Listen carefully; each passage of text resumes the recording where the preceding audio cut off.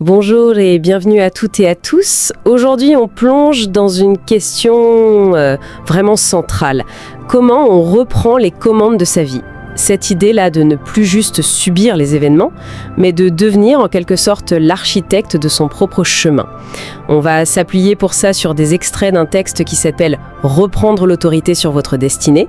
L'objectif, c'est de décortiquer ensemble ce que ça veut dire, cette autorité, quels sont les freins, les obstacles qu'on rencontre, tous un peu, et puis quelles sont les stratégies proposées dans ce texte pour y arriver.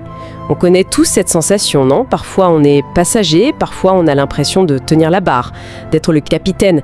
Ça vous parle ? Ah oui, tout à fait. C'est une quête universelle, je crois. Surtout dans notre monde actuel qui peut sembler un peu chaotique, parfois contraignant, ce désir d'autonomie, de sentir qu'on a une prise, qu'on maîtrise sa trajectoire, c'est fondamental.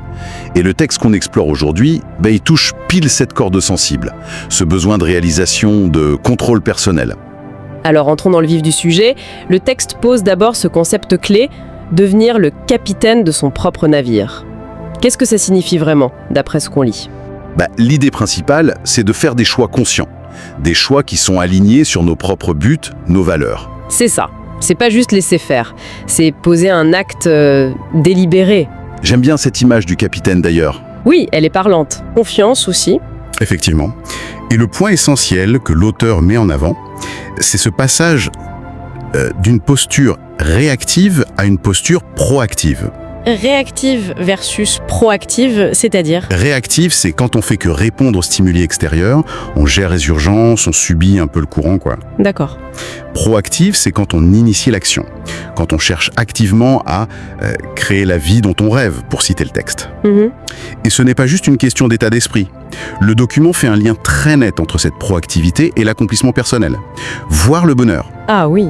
Oui, parce qu'en étant proactif, on est censé faire des choix qui collent à ce qui compte vraiment pour soi. On sort de la vie subie, on entre dans une vie choisie. Enfin, c'est l'idéal. C'est ça. Psychologiquement, ça change tout. On passe d'un sentiment d'impuissance, de fatalité, à un sentiment d'agentivité, de pouvoir sur sa propre existence. L'agentivité, c'est un terme intéressant. Bon, ça a l'air formidable comme ça, la vie choisie. Mais on sait bien que c'est pas si simple. Pourquoi c'est si dur de tenir ce gouvernail-là ?